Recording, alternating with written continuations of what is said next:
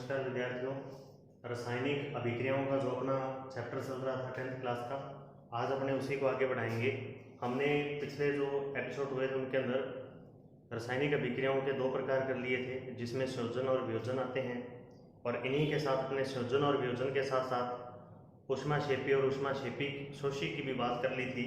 तो आज हम जो करेंगे उसका नाम है विस्थापन अभिक्रिया। विस्थापन अभिक्रिया।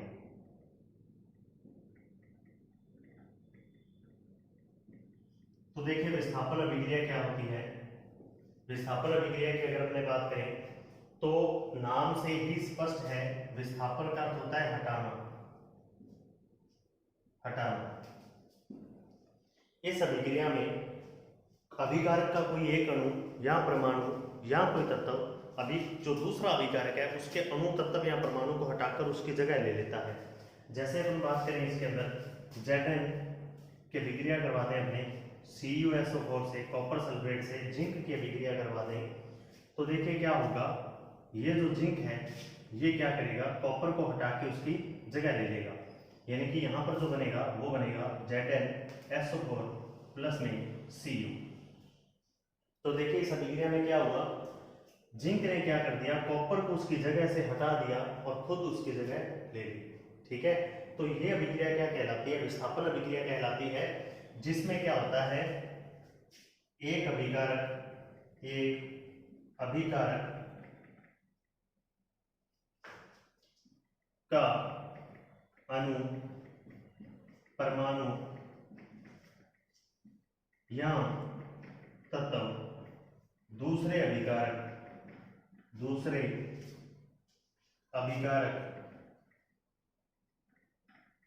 के अणु, परमाणु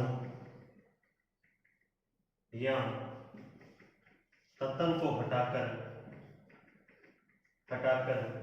उसकी जगह ले लेता है, उसकी जगह ले लेता है।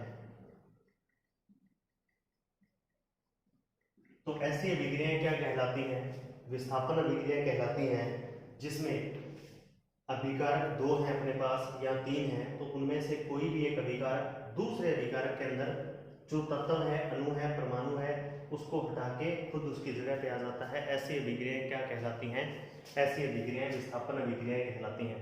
इसी का एक एग्जांपल जो लगभग पूछा जाता है कि अपने पास एक विलयन है, किसका, CuSO4 का। CuSO4 का अपने पास विलयन है, तो ये जो CuSO4 का विलयन है इसके अंदर इसका कलर कैसा होता है, पहले इसका जो कलर होता है ये नीला रंग होता है। कॉपर सल्फेट का रंग कैसा होता है, नीला। इसके अंदर अपने क्या डाल दी, एक लोहे की कील डाल दी, लोहे की कील डाल दी। अब लोहे की कील अगर अपने कुछ टाइम बाद में देखें,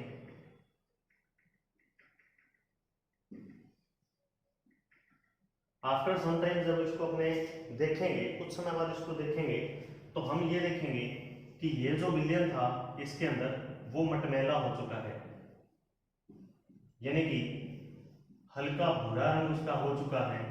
और जो अपने पास कील थी उसके जो किनारे थे वो भी क्या हो चुके हैं, गल चुके हैं। ठीक है, तो अब देखिए यहां पर क्या हुआ, क्वेश्चन आपसे क्या पूछा जाता है कि कॉपर सल्फेट के विलयन में लोहे की कील को डुबोने पर,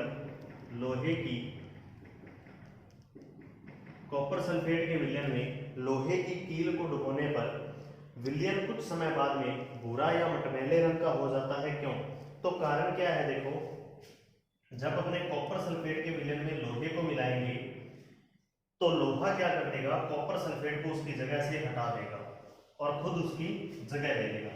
यानी कि अगर अपने बात करें तो ये बन जाएगा FeSO4 प्लस में Cu। ठीक है, तो यहाँ पर नीचे जो पदार्थ जमेगा वो होगा Cu, और अब ये विलयन किसका हो चुका है, FeSO4 का। अब ये विलयन हो चुका है फेरस सल्फेट, और जो फेरस सल्फेट होता है वो कैसा होता है, भूरे रंग का होता है। ठीक है, तो आई होप आपको ये बात क्लियर होगी कि लोहे की कील को कॉपर सल्फेट के विलयन में डालने पर कॉपर सल्फेट के विलयन का जो रंग है वो भूरा क्यों हो जाता है। इसका कारण है कि लोहा जो है वो कॉपर सल्फेट में से कॉपर को हटा देता है और खुद उसकी जगह ले लेता है, और जो विलयन है वो बन जाता है किसका, फेरस सल्फेट का, और इसी कारण विलयन का रंग क्या हो जाता है, भूरा हो जाता है। ठीक है, तो अब देखिए क्या सभी तत्व ये कर सकते हैं कि किसी भी तत्व के साथ अपने दूसरे तत्व का जो अभिक्रिया करवाएं वो उसको हटा दे, ऐसा नहीं होता। ठीक है, एक श्रेणी बनती है, उस ऑर्डर के हिसाब से ही तत्व दूसरे को हटा पाते हैं, जिसे कहते हैं सक्रियता श्रेणी। सक्रियता श्रेणी, सक्रियता श्रेणी का अर्थ क्या है कि तत्वों को इस तरह से सीरीज के अंदर रखना, इस तरह से एक लाइन में रखना कि जो ज्यादा अभिक्रियाशील तत्व है वो नीचे आएंगे, जो कम अभिक्रियाशील तत्व है वो जो ज्यादा अभिक्रियाशील तत्व है वो ऊपर आएंगे, जो कम अभिक्रियाशील तत्व है वो नीचे आएंगे। ठीक है, तो उससे हमें पता लग जाएगा कि कौन सा तत्व पावरफुल है और वो दूसरे को हटा सकता है या विलयन में से नहीं हटा सकता। तो इसको देखिए,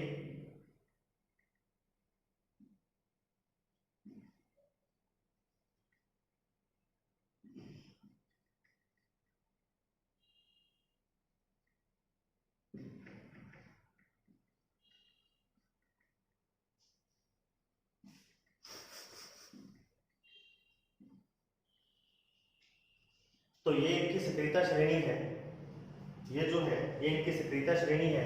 तो ये जो ऊपर के तत्व आएंगे ये अधिक अभिक्रियाशील होंगे, अधिक अभिक्रियाशील,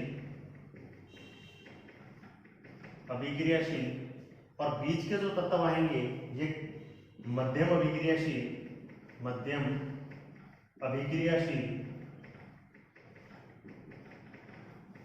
और नीचे के जो तत्व आएंगे ये क्या आएंगे, कम अभिक्रियाशील आएंगे, कम अभिक्रियाशील। अगर आपसे ये पूछ लिया जाए कि सबसे कम अभिक्रियाशील तत्व का नाम क्या है, तो उसका नाम है सोना, AU। ठीक है, तो इसको याद करने की ट्रिक क्या है, कहना कार मांगे अली जाना फिर पंजाब है। ठीक है, और उसके आगे CU HG AG और AU आपको नॉर्मली वैसे ही याद हो जाएंगे, कहना कार मांगे अली जाना फिर पंजाब है। तो देखिए ऊपर से नीचे जब अपने आएंगी तो तत्वों की क्रियाशीलता घटेगी, यानी कि उनकी पावर घटेगी, उनकी क्रियाशीलता क्या होगी, कम होगी।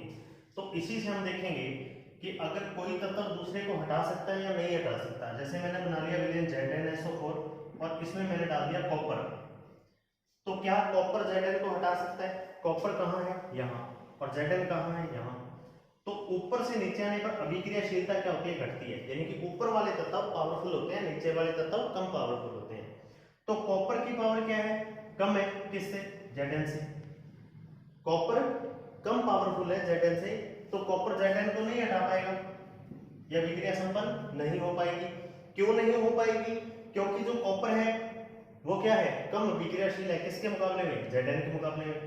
अगर CuSO4 है और इसमें अपने क्या डाल दें, Zn डाल दें, तो ये अभिक्रिया हो जाएगी, क्योंकि Zn ज्यादा पावरफुल है किसके मुकाबले में, Cu के मुकाबले में, कॉपर के मुकाबले में, और ये उसको क्या कर देगा, वहां से हटा देगा, और क्या बना देगा, ZnSO4 बना देगा, और प्लस में Cu को क्या कर देगा, बार कर देगा।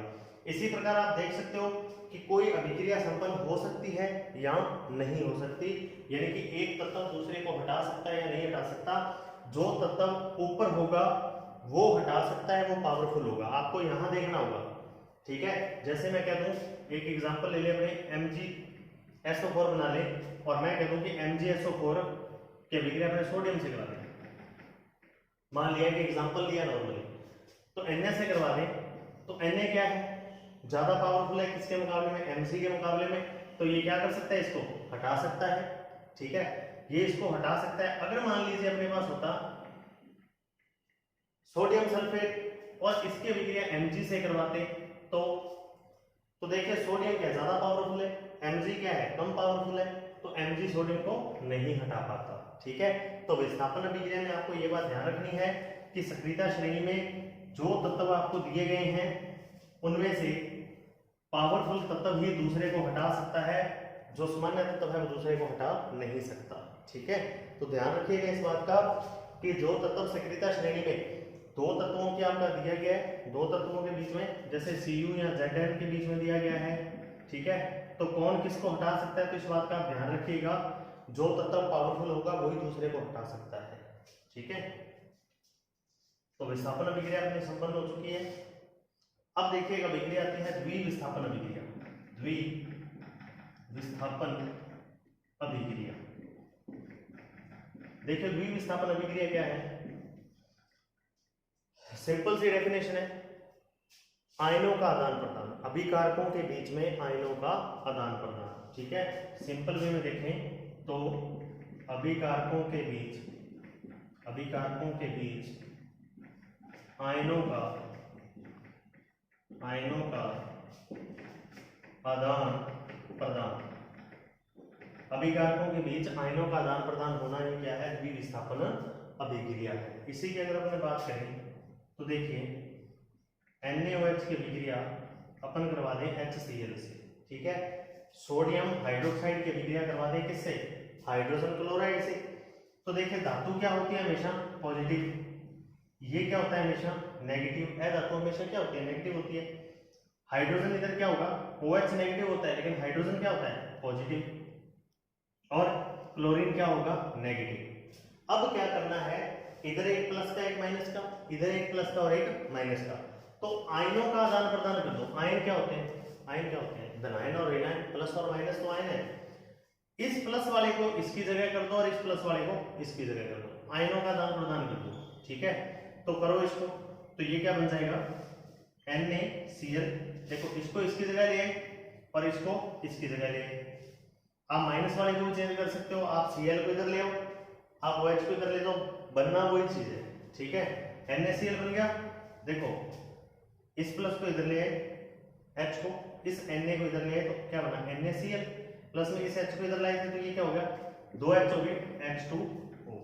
ठीक है, तो वह रासायनिक अभिक्रिया जिनमें अभिकारकों के बीच आयनों का आदान प्रदान होता है, यानी कि आयन बदल जाते हैं, इसका प्लस वाला उसके पास, उसका प्लस वाला इसके पास, या इसका माइनस वाला उसके पास और उसका माइनस वाला इसके पास। ठीक है, मुख्य जो प्रकार है अभिक्रियाओं के कंप्लीट हो चुके हैं। अब देखिए वेग के आधार पर, वेग के आधार पर अभिक्रियाएं दो प्रकार की होती हैं। एक होती है मंद अभिक्रिया, और एक होती है तीव्र अभिक्रिया।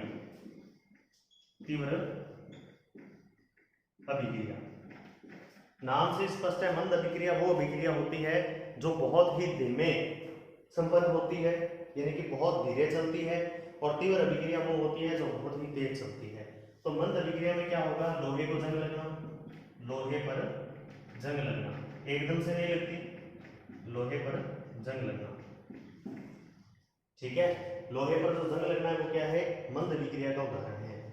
इसी प्रकार तीव्र अभिक्रिया में अगर अपने देखें तो सिंपल डेफिनेशन बताने की जरूरत नहीं है, वे रासायनिक अभिक्रियाएं जिनको संपन्न होने में कुछ घंटे, कुछ दिन या कुछ साल लगते हैं, वे मंद अभिक्रियाएं होती हैं, और जिनको संपन्न होने में कुछ सेकंड लगते हैं, कुछ मिनट लगते हैं, वो तीव्र अभिक्रियाएं होती हैं। ठीक है, तो अभी देखिए इसके अंदर एक रिएक्शन और आ जाएगी, जैसे KClO3 को अपने गर्म करें तो ये क्या होगा, धीरे धीरे गर्म होकर क्या करेगा, KCl प्लस में ऑक्सीजन में टूटेगा। ठीक है, पोटेशियम क्लोराइड में टूटेगा और प्लस में ऑक्सीजन को क्या करेगा, छोड़ेगा, निष्कासित करेगा। मैंने बताया था कि जब भी कोई गैस निकलती है तो तीर का निशान लगाना है और गैस लिखना है। और देखिए KClO3 जो है, पोटेशियम क्लोराइड जो है, इसको अपने गर्म करते हैं तो ये क्या करता है, ऑक्सीजन को निकालता है, और ये बहुत ही धीमी अभिक्रिया होती है, मतलब इसको संपन्न होने में लगभग 20, 25, 30 मिनट तक लग जाते हैं। तो ये मंद अभिक्रिया का उदाहरण है। ठीक है, इस अभिक्रिया को संतुलित करो, यहाँ KCl एक है, यहाँ एक है, यहाँ ऑक्सीजन 3 है, यहाँ ऑक्सीजन 2 है, क्योंकि O3 लिख नहीं सकते, O3 क्या है, ओजोन है। ठीक है, O2 लिखना पड़ेगा जो ऑक्सीजन है। तो इसको अगर अपने संतुलित करेंगे ऑक्सीजन को, तो यहाँ 2 लगाना पड़ेगा और यहाँ 3 लगा देंगे। देखो 3 दूनी 6, और यहाँ भी क्या हो गए, 6 हो गए, लेकिन अब KCl कितने हो गए, 2 हो गए, तो यहाँ 2 लगा देंगे।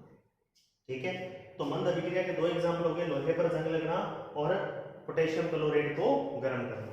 तीव्र अभिक्रिया क्या होती है, वह रासायनिक अभिक्रिया जो कुछ सेकंडों में या सिर्फ 1-2 मिनटों में संपन्न हो जाए, उसे क्या कहते हैं, तीव्र अभिक्रिया कहते हैं। एग्जाम्पल क्या है, अम्ल प्लस क्षार को जब आपस में मिलाया जाता है तो ये तेजी से आपस में अभिक्रिया करते हैं, बस कुछ ही सेकंड का समय इनके अंदर लगता है। और ये दोनों आपस में मिलकर क्या बनाते हैं, लवण और जल बनाते हैं, लवण प्लस में जल बनाते हैं। एग्जाम्पल देखें तो अम्ल में क्या आएगा, HCl, क्षार क्या है, NaOH caustic soda, sodium hydroxide, अम्ल क्या है, हाइड्रोक्लोरिक एसिड। अब इनको जब मिलाओगे तो क्या बनेगा, जल निकाल दो। पता है अपने को कि अम्ल और क्षार को मिलाने पर जल निकलेगा, तो पहले जल निकाल दो। जल निकाल दिया, अब क्या बच गया, NaCl। तो NaCl क्या है, लवण। नमक क्या है, लवण ही तो है, ये नमक का फॉर्मूला आ गया NaCl। ठीक है, तो तीव्र अभिक्रिया क्या होती है, जो तेजी से संपन्न होती है, जिसको संपन्न होने में कुछ सेकंड लगते हैं या सिर्फ 1-2 मिनट का समय लगता है, वो तीव्र अभिक्रियाएं होती हैं। ठीक है, तो अम्ल और क्षार को जब आपस में मिलाया जाता है तो ये बहुत जल्दी कुछ सेकंडों में ही संपन्न हो जाती है। ठीक है, तो देखिए आगे,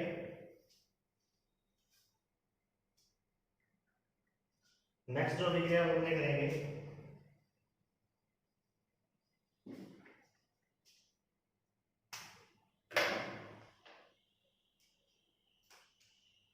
वेग के आधार पर अभिक्रिया में 2 प्रकार हमने कर लिए, एक तीव्र अभिक्रिया और एक जो है वो है मंद अभिक्रिया। तो अब जो अपने अभिक्रियाओं के प्रकार करेंगे उसमें हम करेंगे कि अभिक्रियाओं का जो दिशा होती है, उस तरीके से डायरेक्शन जो होती है, उसमें कितनी तरह की अभिक्रियाएं आती हैं।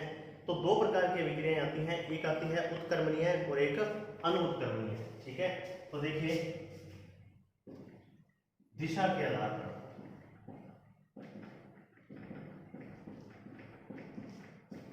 एक आती है उत्क्रमणीय अभिक्रिया। उत्क्रमणीय अभिक्रिया में जो निशान लगाया जाता है अभिकारक और उत्पादों के बीच, वो इस तरह का लगाया जाता है। यानी कि हम ये कह सकते हैं कि अभिकारक से उत्पाद बना सकते हैं और उत्पाद से वापस क्या बना सकते हैं, अभिकारक भी बना सकते हैं।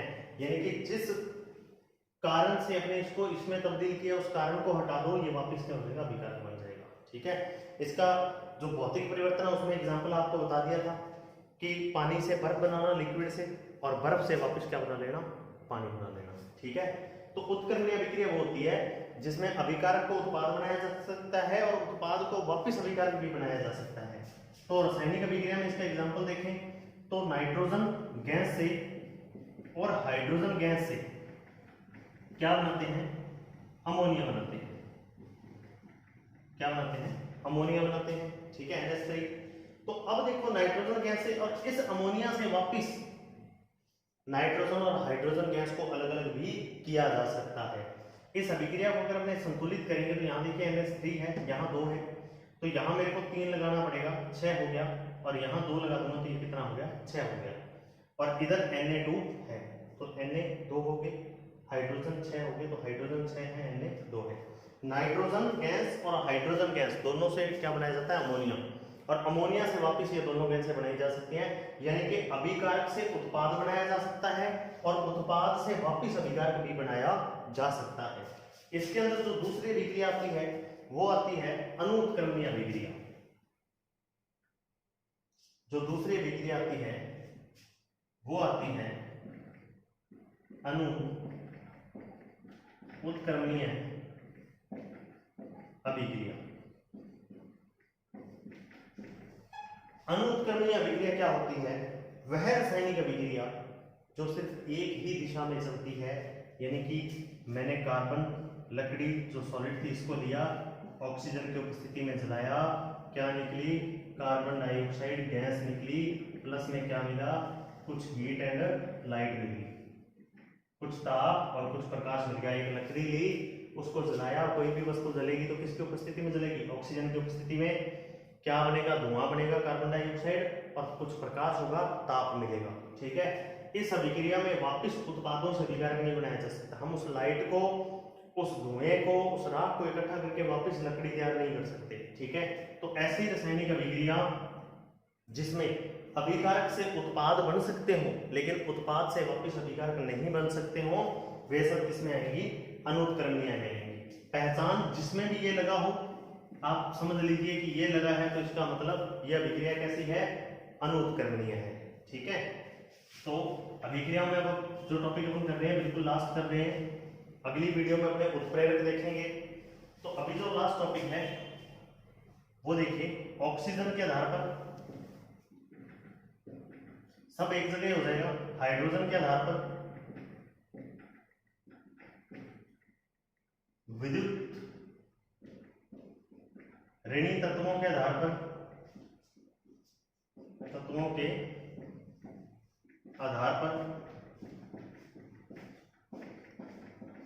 विद्युत धनी तत्वों के आधार पर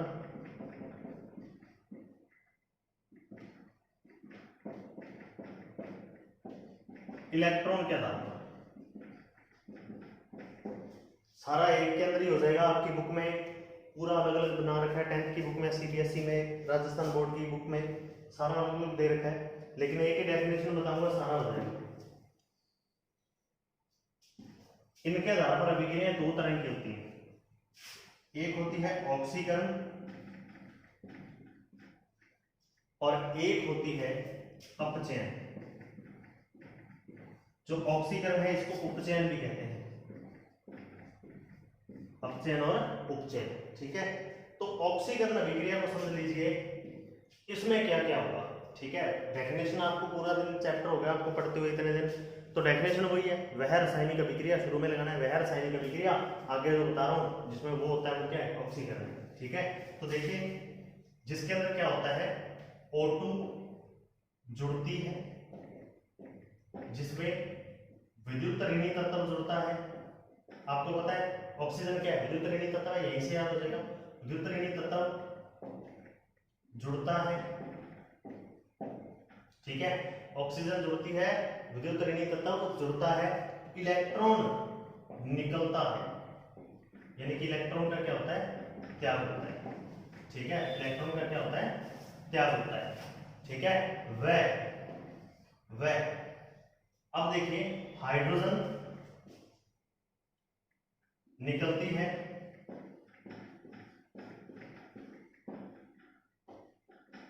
विद्युत धनी तत्व का त्याग होता है और इलेक्ट्रॉन जुड़ता है।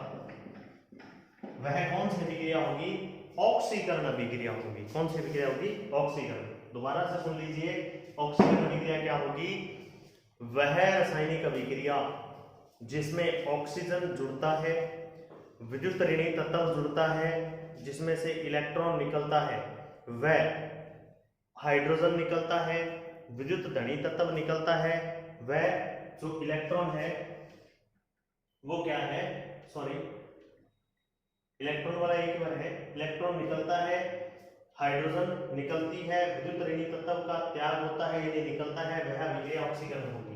सिंपल भाषा में ऑक्सीकरण से ही पता चल गया, जिसमें ऑक्सीजन जुड़ेगी, जिसमें ऑक्सीजन जुड़ेगी, ऑक्सीजन क्या है, विद्युत ऋणी तत्व, जिसमें विद्युत ऋणी तत्व जुड़ेगा, जिसमें विद्युत ऋणी तत्व क्या होगा, जुड़ेगा, और जिसके अंदर इलेक्ट्रॉन निकलेगा, ठीक है। अब विद्युत ऋणी तत्व है, क्या होता है, ऑक्सीजन क्या आता है, क्या चार्ज होता है ऑक्सीजन पर, माइनस का, मतलब इलेक्ट्रॉन निकला तभी तो माइनस बना, इलेक्ट्रॉन निकला तभी तो क्या हुआ, माइनस बना, ठीक है। तो इसका तो अगर अपने एग्जांपल देखें तो जैसे Mg+O2 तो क्या बनेगा, MgO, ठीक है। तो यहाँ पर 2 लगाएंगे इस अभिक्रिया को संतुलित करने के लिए, क्योंकि ऑक्सीजन 2 है तो इधर 2 करनी पड़ेगी इसको, ठीक है। तो ये क्या है, ऑक्सीकरण, इसमें ऑक्सीजन क्या हो रही है, जुड़ रही है, ऑक्सीजन क्या हो रही है, जुड़ रही है, ऑक्सीजन इसके साथ जुड़ रही है, ठीक है। ऑक्सीजन क्या है, विद्युत ऋणी तत्व है, तो विद्युत ऋणी तत्व इसके साथ क्या हो रहा है, जुड़ रहा है। जिसमें ऑक्सीजन जुड़ती है, विद्युत ऋणी तत्व जुड़ता है, हाइड्रोजन निकलती है, ठीक है, जिसमें हाइड्रोजन निकलती है, वो सारे क्या होते हैं, किसके अंतर्गत आते हैं, ऑक्सीकरण के अंतर्गत आते हैं। अब देखिए अपचयन, अपचयन अभिक्रिया क्या होती है, जिसमें क्या होता है, ऑक्सीजन की कमी होती है, ऑक्सीजन निकलता है, हाइड्रोजन की वृद्धि होती है, हाइड्रोजन जुड़ता है, जिसमें हाइड्रोजन जुड़ता है, ठीक है, और जिसमें विद्युत धनी तत्व जुड़ता है और इलेक्ट्रॉन जुड़ता है। ठीक है, तो देखिए ऑक्सीकरण में क्या था, ऑक्सीजन की वृद्धि हाइड्रोजन की कमी। इसमें क्या है, ऑक्सीजन की कमी हाइड्रोजन की वृद्धि। ऑक्सीकरण में विद्युत ऋणी तत्व जुड़ता है और अपचयन में विद्युत धनी तत्व जुड़ता है। ऑक्सीकरण में इलेक्ट्रॉन निकलता है और अपचयन में इलेक्ट्रॉन जुड़ता है। ठीक है, अगर इसका अपन एग्जांपल देखें तो इसमें जो एग्जांपल आएगा तो KClO3 पोटेशियम क्लोराइड को तोड़ो 2KCl प्लस में 3O2। इसमें देखिए ऑक्सीजन क्या हो रहा है, निकल रही है। जिसमें ऑक्सीजन की कमी हो ऑक्सीजन निकले वो अपचयन, जिसमें ऑक्सीजन की वृद्धि हो ऑक्सीजन जुड़े वो ऑक्सीकरण, उपचयन।